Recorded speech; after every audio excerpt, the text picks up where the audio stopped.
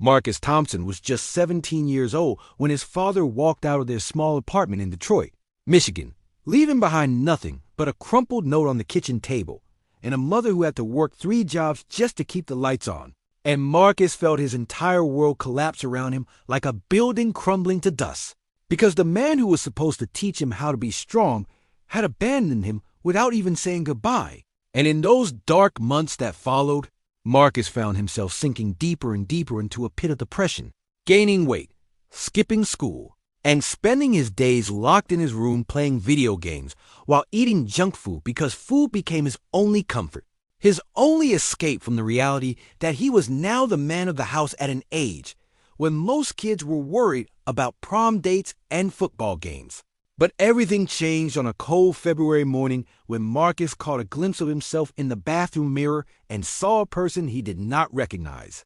A bloated face, tired eyes, and a body that looked like it had given up on life, and in that moment something inside him snapped. Not in a breaking way, but in an awakening way, like a switch had been flipped in his brain.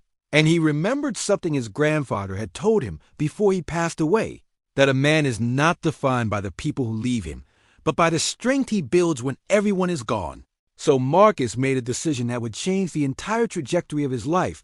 He walked 6 blocks in the freezing snow to a rundown gym called Iron Paradise that was owned by an old man named Coach Ray, who had once been a professional boxer back in the 80s.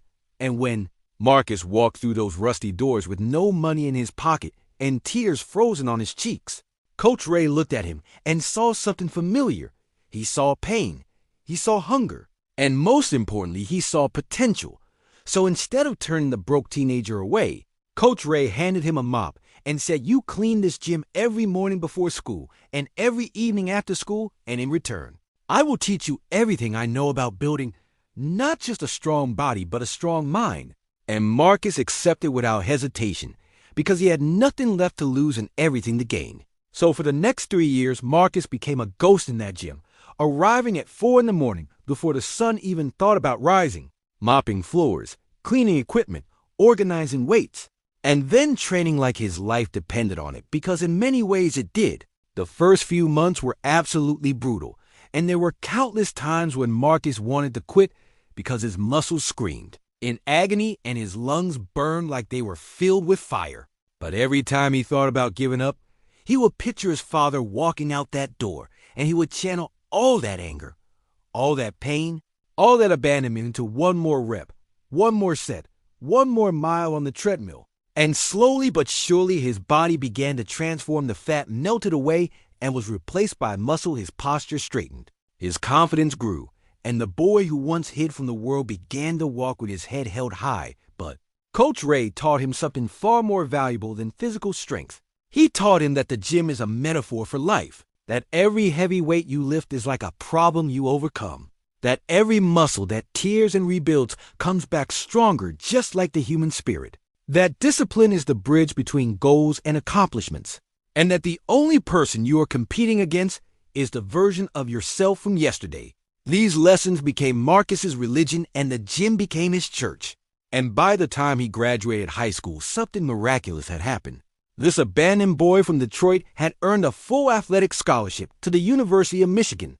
And when Marcus walked across that stage to receive his diploma, his mother sat in the audience crying tears of joy because her son had done something his father never could. He had stayed, he had fought, he had become a man not by running away from his problems, but by facing them head on with iron in his hands and fire in his heart. But the story does not end there, because Marcus went on to become a certified personal trainer and sports psychologist. And 5 years after receiving his degree, he returned to Detroit and used every penny he had saved to buy Iron Paradise from Coach Ray, who was now too old to run it himself. And Marcus transformed that little rundown gym into a sanctuary for lost kids, just like he had once been, offering free memberships to teenagers from broken homes, single-parent households, and troubled backgrounds, teaching them the same lessons that had saved his life, that your circumstances do not define your destiny, that strength is not just about muscles, but about mental fortitude that's showing up when you do not feel like it is, the very definition of discipline, and that every single person has a champion inside them waiting to be unleashed.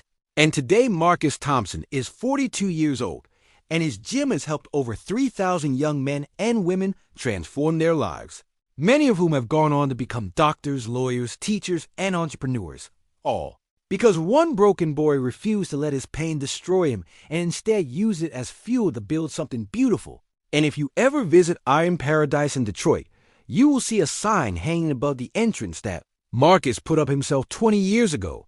It reads, "The weight of your past is just training for the strength of your future." And every morning Marcus still arrives at 4 a.m. just like he did when he was 17. Not because he has to, but because he wants to.